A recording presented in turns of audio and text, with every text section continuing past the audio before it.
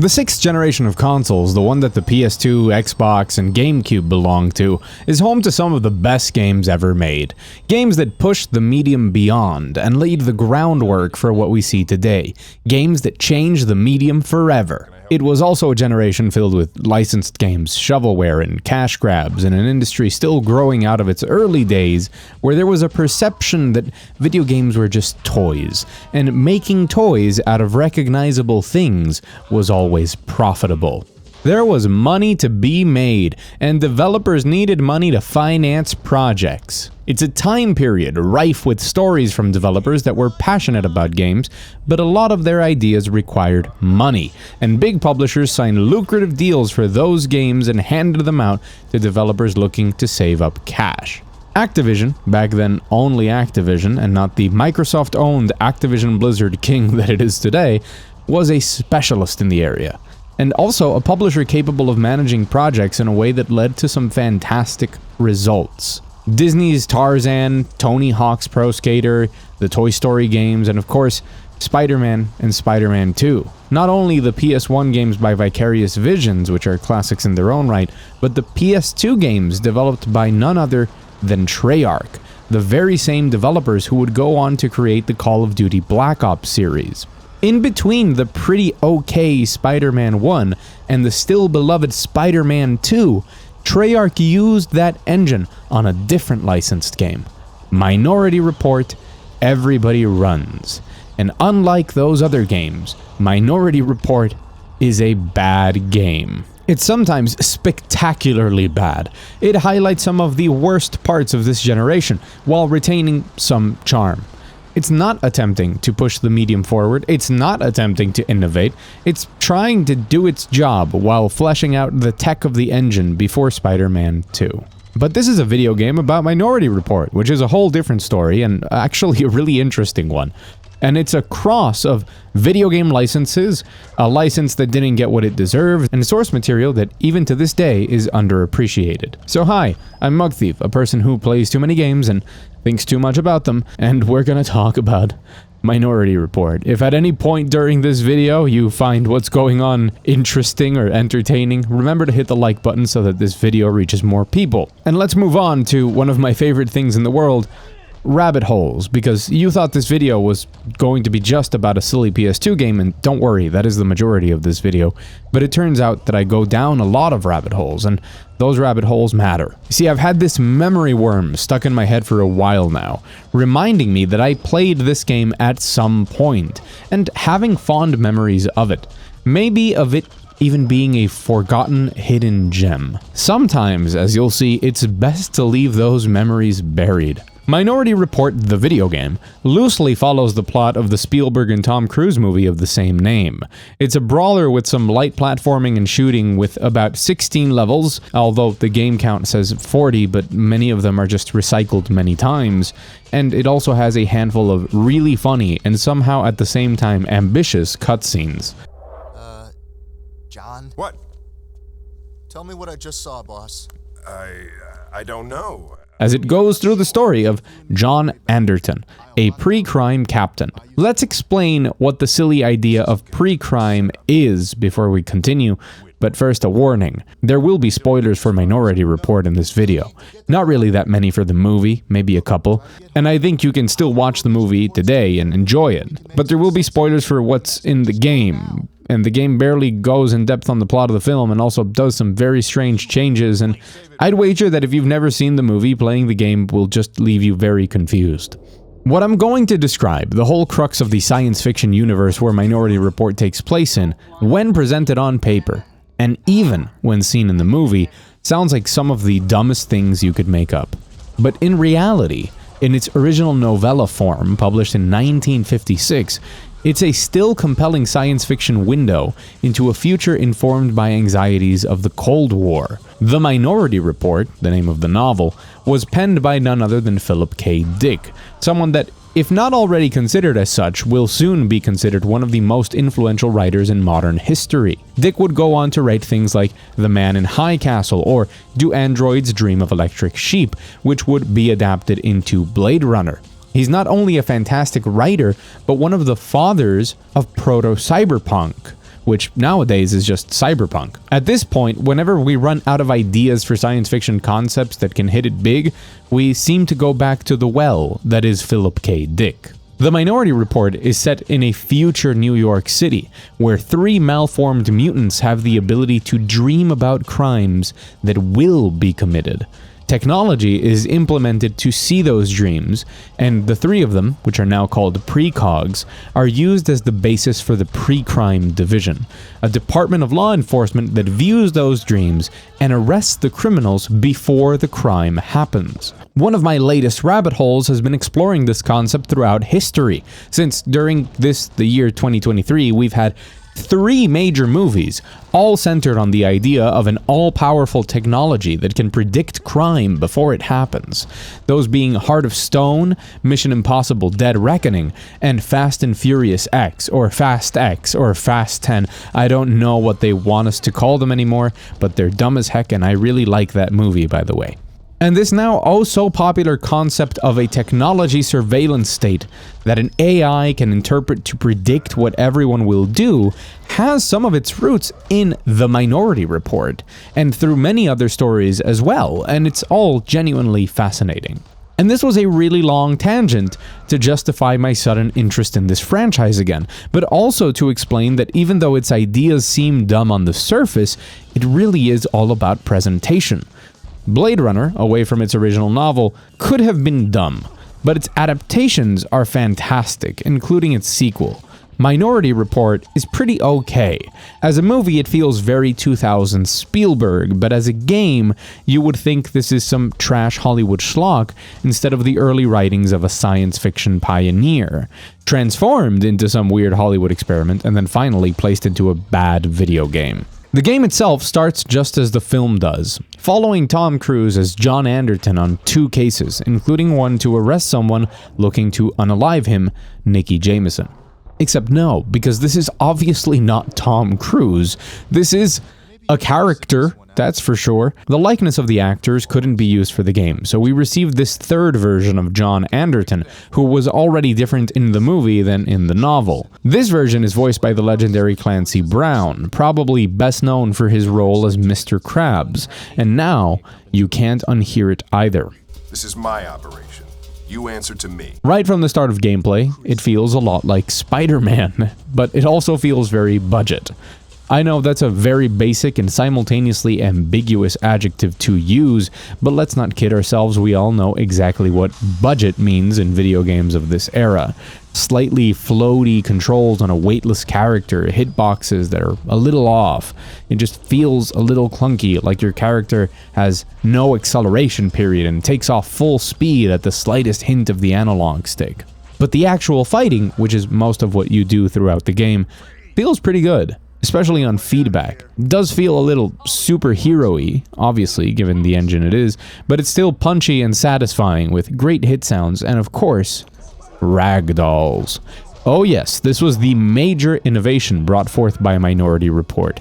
The big selling point for the game was its implementation of semi-realistic ragdolls, allowing you to send opponents flying into objects, over railings, out windows, and I was gonna say so much more, but really just like a couple more things. And I'll be honest, over the 5 or so hours of playtime in the game, the ragdolls were consistently one of my favorite parts, and it's actually decently implemented in gameplay, as we'll see later on. I am a simple human. Funny flailing ragdolls are entertaining.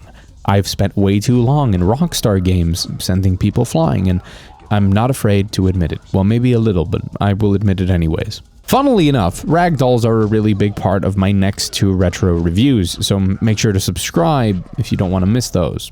Pretty please. The combat system here is based around 3-button combos with variations for holding the last button in the combo. You use the X and square buttons for attacks, and circle can be used for grabs at the end of combos, and outside of combos it can be used to block. Other than that, your triangle button will jump, both for in combat and for the platforming sections, and L1 and R1 can be used for aiming and shooting weapons.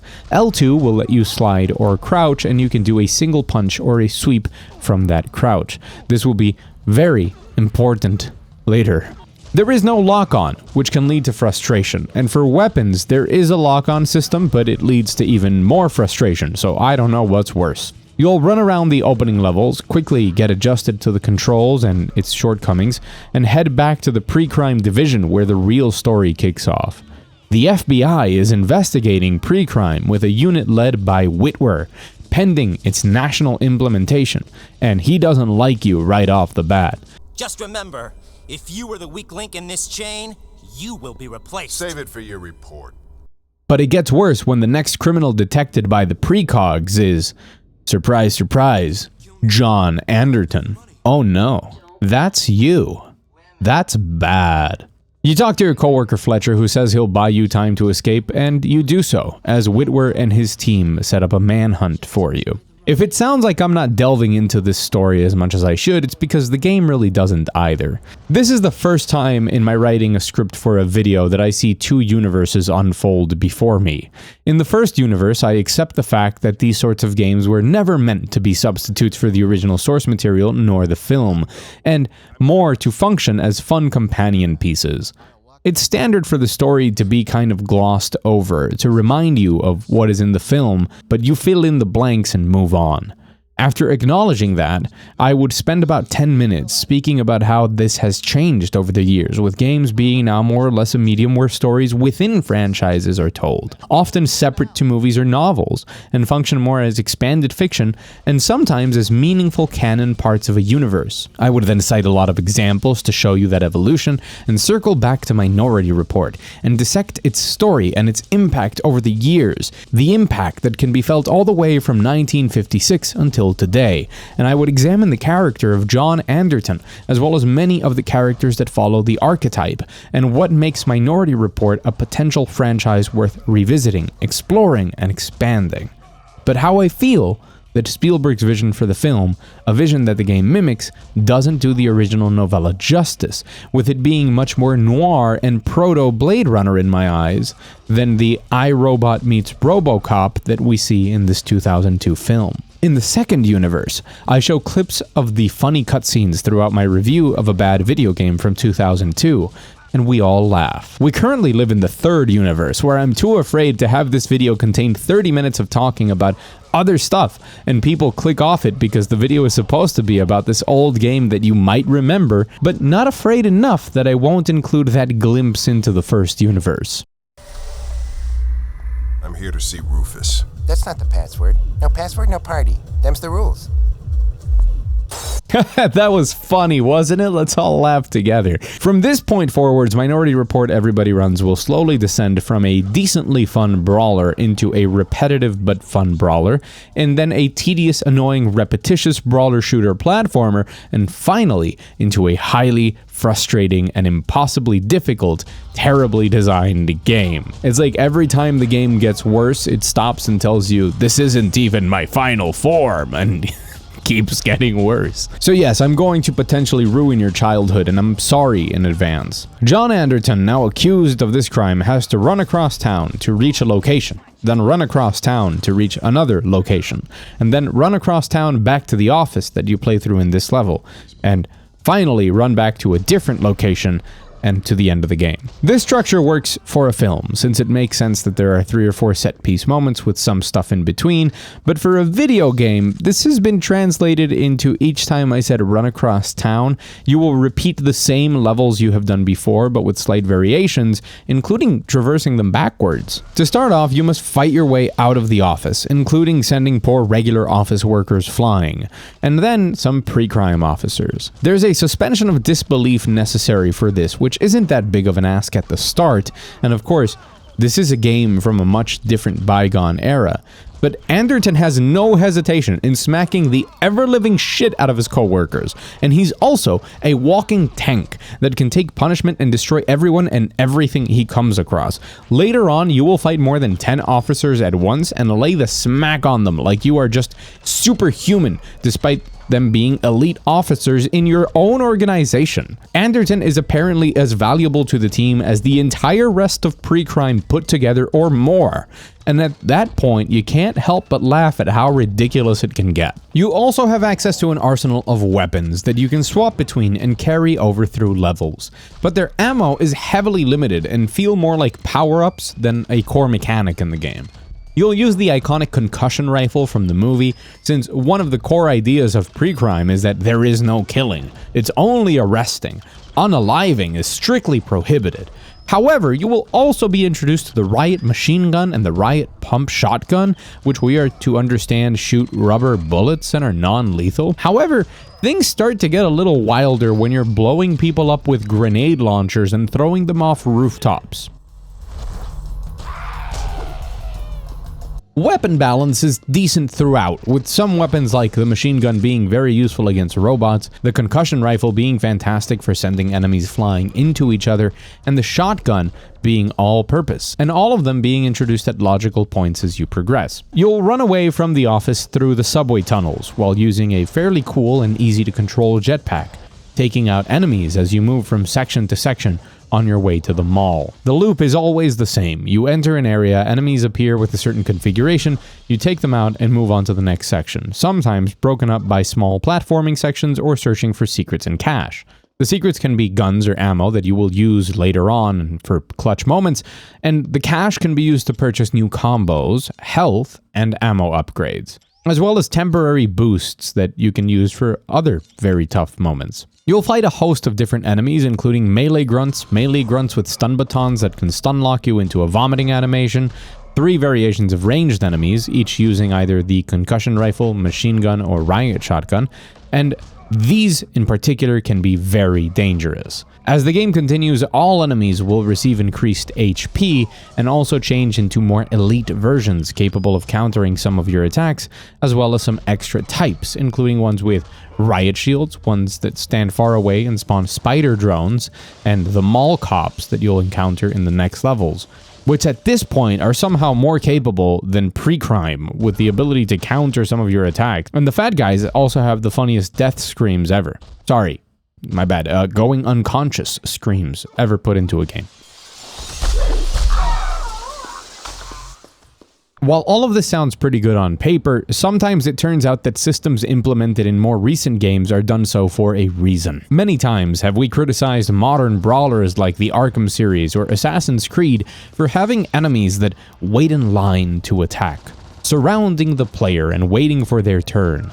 But here in 2002, that concept wasn't implemented yet, and when you find yourself fighting 12 enemies at once, including 3 very high damage ranged enemies, a spider spawner, and 8 melee opponents that will constantly interrupt you if you try to do a combo on anyone, let alone a priority target like the ranged enemies, they will never wait for a turn. All 12 will constantly attack you and absolutely destroy you in a second. There is some AI here, they don't function like straight bots, but they are always predictable. Melee enemies will always run blindly towards you and attack, ranged enemies will run away when you get close, and they will always attack at intervals. There's a few moments where NPCs fight amongst themselves, specifically during the riots that we'll see later on, where the rioters with their baseball bats will fight the police and you're kind of in the middle, and there you can see that there's systems here in place. It's just that the core idea of having so many people attack you at once isn't fun. But don't worry, there are very good examples of how frustrating this can be in just a minute.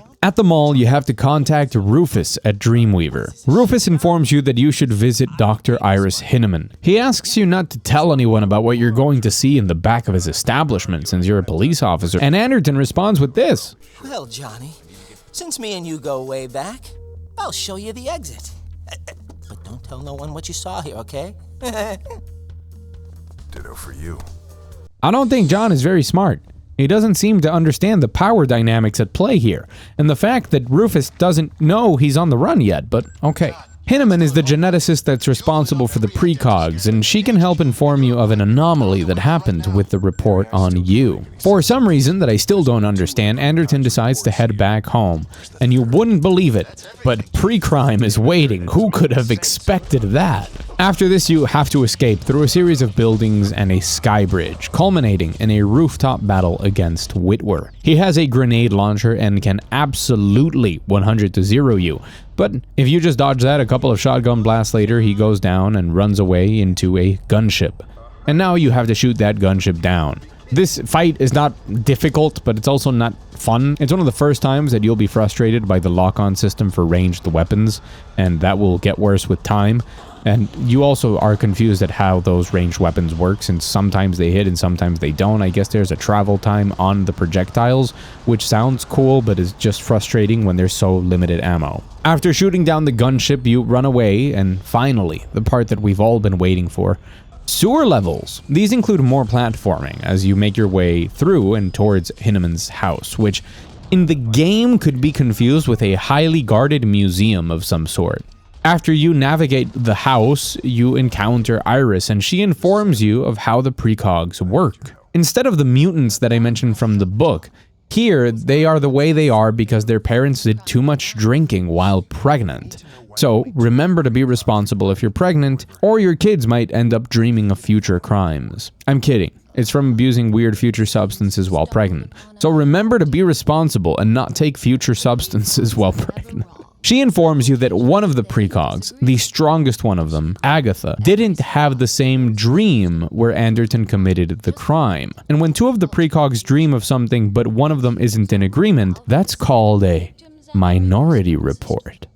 Because it's a different report filed by the minority. Anderton didn't know anything about the minority reports, so he is now in full chaos mode, thinking that how many minority reports have happened where he has arrested innocent people, much like he considers himself innocent in this situation. As a side note, the precogs in the movie are called Agatha, Dashiell, and Arthur in honor of Agatha Christie, Dashiell Hammett, and Arthur Conan Doyle, and I just think that's neat. Around this part of the game is where certain combat encounters turn infuriating, as you try and prioritize things like the yellow-marked soldiers that are the ones with the spider bots, that now also use exploding spiders that do a lot of damage. And they also run away from you while the spiders chase you, and while other enemies shoot you or interrupt you when you try and take out those priority targets, and you're just confused as to what to do. There are tools at your disposal. You can slide into enemies to knock them down for a while, but it just feels like you're micromanaging the fight instead of having fun throwing people into the environment and laughing at the ragdolls. And this feeling will only get worse. On your way out, you'll get a jetpack to re-navigate the sewers in reverse, since your next objective is to get surgery to change your eyes and avoid all the retina scanners looking for you everywhere. So, what are we gonna do about that nasty-looking nose of yours? Nose? No, I just want my eyes changed. My nose is fine. This isn't Tom Cruise, No, guys. it's What is not, this? But whatever. Just the eyes, then. Of course, you know, we have to scoop out the entire eye. Just new irises won't do the trick. Irises leave scars, and scars set off alarms.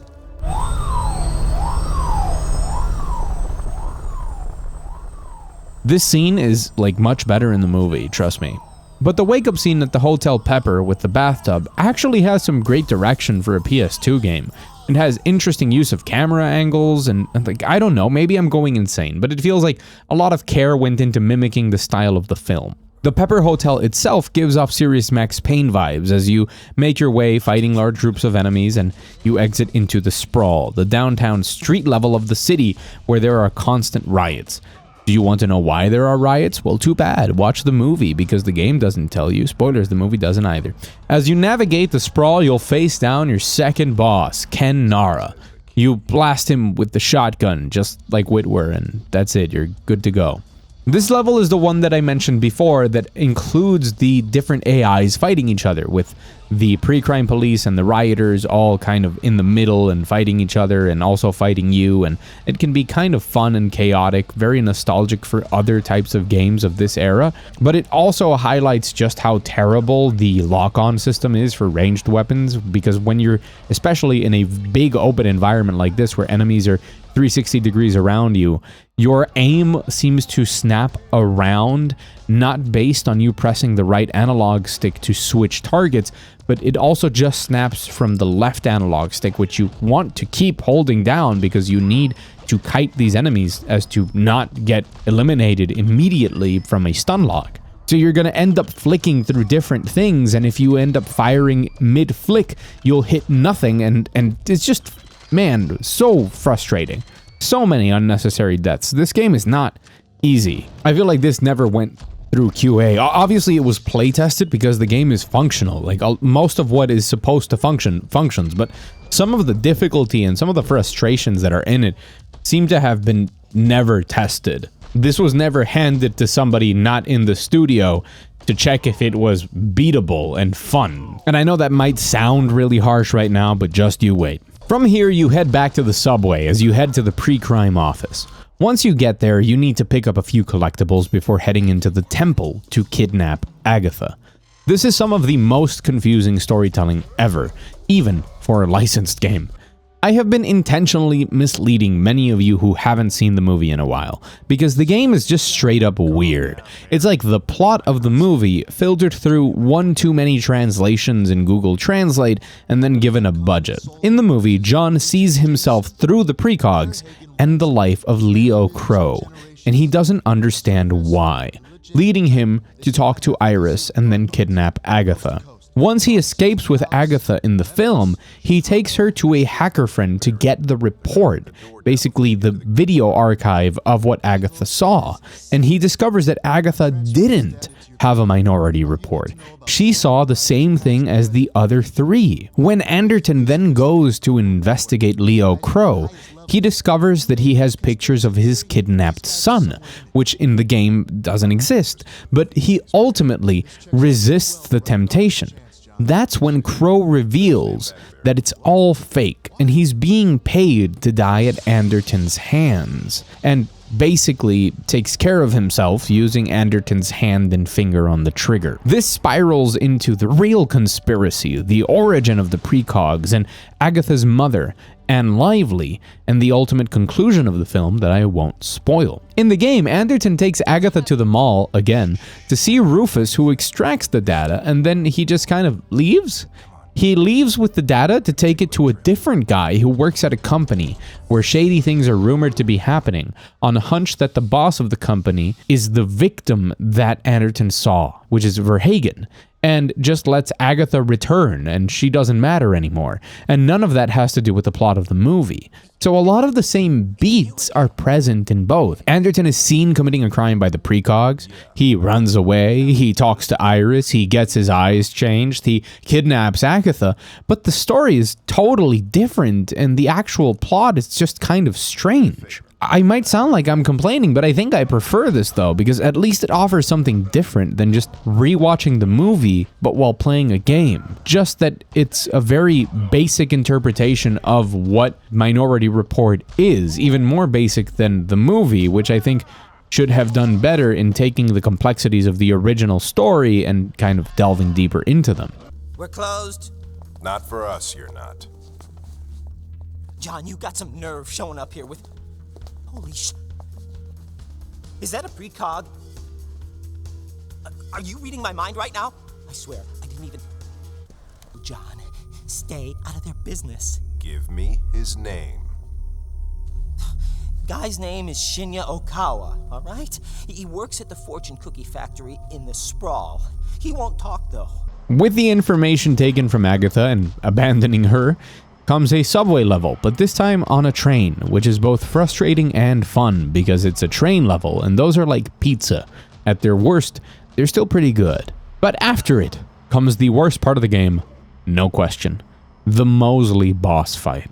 You fight a very easy version of this guy around level 3. He's another one of Whitwer's lackeys, but he's a full-fledged boss now, and he seems to have been designed just to see how many people Treyarch could make break their controllers. Seriously, this boss fight might be sponsored by Mad Catz. For reasons that I will never understand, Anderton gets into an ego competition with Mosley, and the game says you can't use weapons in this fight just to prove a point to Mosley. Anderton is on the run, being chased by an army, a literal army of officers that want to lock him up forever. He's committed even more crimes since then, and he's desperate to clear his name.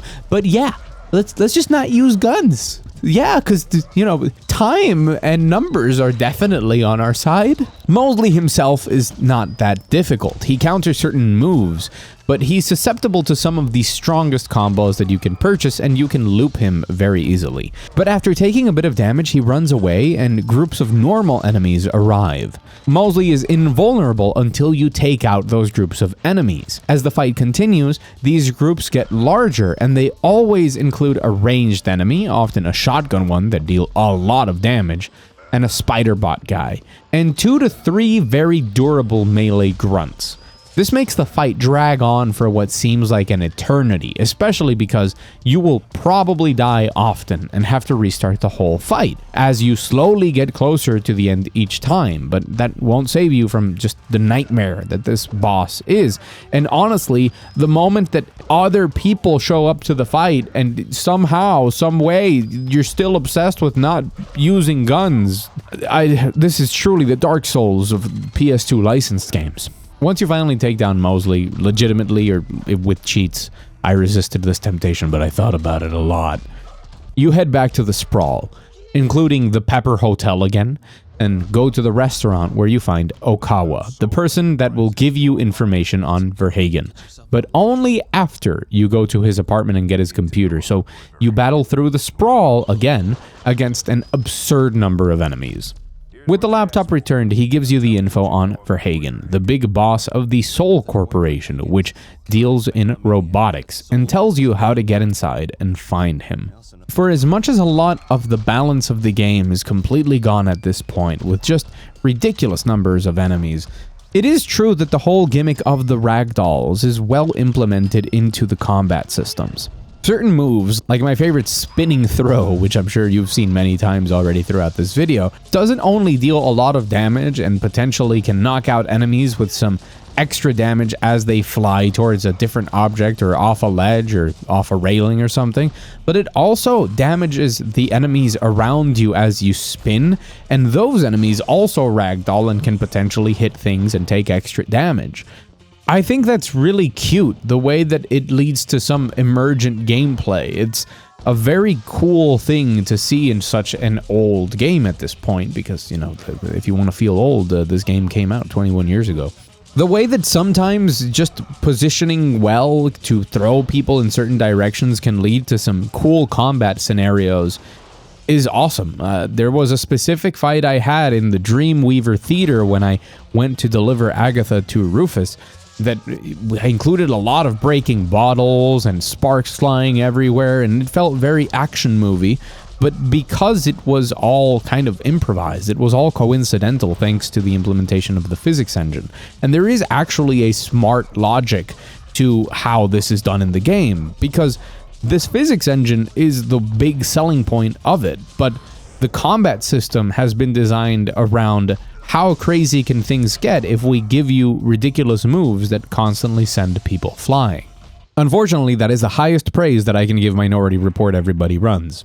That and these final levels, which are kind of cool. Firstly, they're all original. There's no more recycled levels and backtracking. I was honestly expecting the game to send me to the mall or the sewers again before heading to the factory, but that's not the case. The factory is very different, and I'm not sure if it's this way for variety or if there were intentions to make the game more like this overall, but there's some Tomb Raider-esque puzzle solving that breaks up the pace as you hang from objects to navigate rooms. There's big open spaces with platforming and conveyor belts, robots to fight in addition to normal enemies, and environments that are fun to fight in since you can throw people off high places or into vats and things. As can sometimes happen with licensed games, there are just certain levels, certain portions of Everybody Runs that remind me of other cooler, better games that I enjoy from this era. Be that the Spider-Man that it shares engines with, or be that things like Tomb Raider or other brawlers or other action-adventure platformer type games, and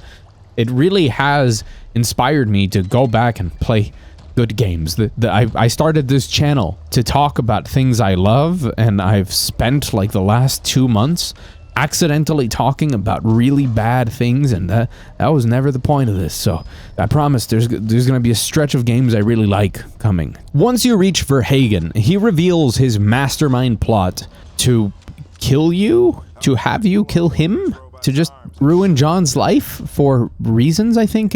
And he also hired Nikki Jameson to kill you all the way back at the start. Although we knew that. There was a cutscene for that. But also Nikki appears here again, but it doesn't seem like it was planned.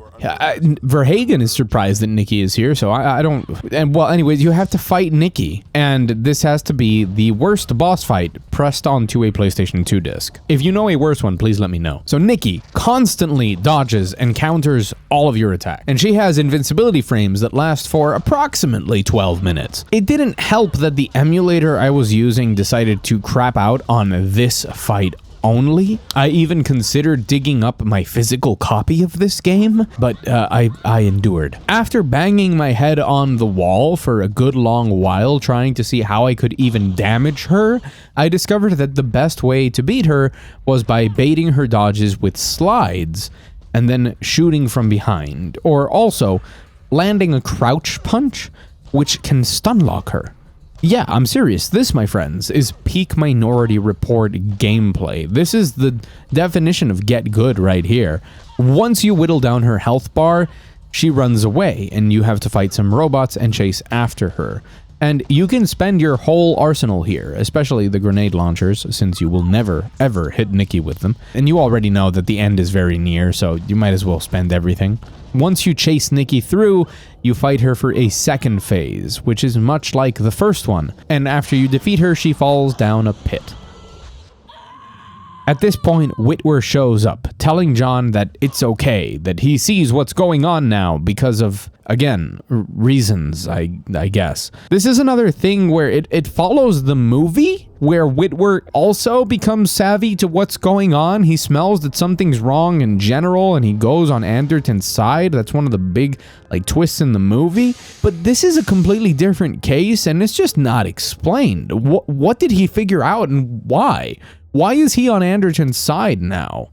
Wait, John! We can fix this! We can make you a cop again! Why should I believe you? I spent the last 2 days running away from you.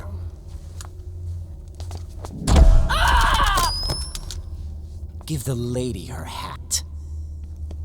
Believe me now, John? It's a start. In any case, Nikki stands up behind Anderton, and Whitwer shoots at Anderton, but it was a bait and switch. He actually shot Nikki. Finally, John confronts Verhagen, exactly as was shown by the precog. And as he corners him, the screen fades to black before the deed is done. But we are left with the ominous sound of a gunshot, which I think implies that Anderton did commit the crime in the end, which would make sense with how the precogs are supposed to work, and it's also what happens in the film, but this time it's not justified at all, considering that Whitwer and the FBI are right there and capable of arresting Verhagen, and he's now murdered an important CEO in cold blood in front of the FBI. And they all lived happily ever after. Except no, I tricked you. He shot the wall, or at least the game wanted you to be tricked, so I tried to do what the game did, but we all saw it coming, right? He shot the wall. Why he shot the wall, we don't know. It's just for dramatic effect. And everybody did actually live happily ever after. Oh boy, what a roller coaster. Look, I really did come into this game hoping to rediscover a hidden gem, and encountered, well, this.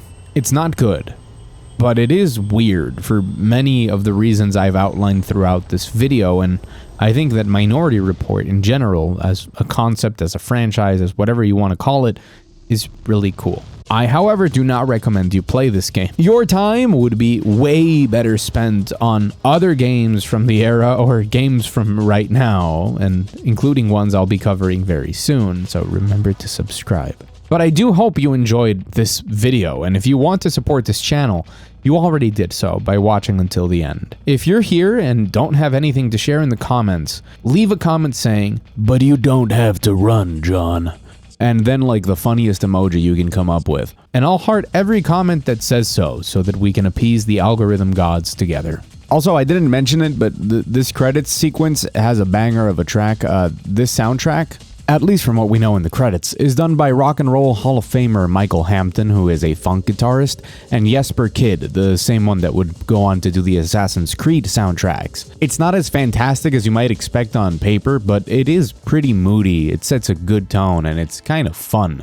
I want to thank you all for the support. This is a very weird and very tangent-heavy video, but I had fun making it. I think I'm just starting to put a lot of who I am into my videos, and that includes long tangents about things that I think are interesting, and I just hope that people find those things interesting as well. But I want to thank all of you that are accompanying me on this journey, as I'm almost at 10,000 subscribers, which is crazy to think about. From the bottom of my heart, thank you guys. I've been Mugthief, and I'm off to dream of future videos, maybe even videos that take place in 2077. Thank you for watching, and I'll see you very soon.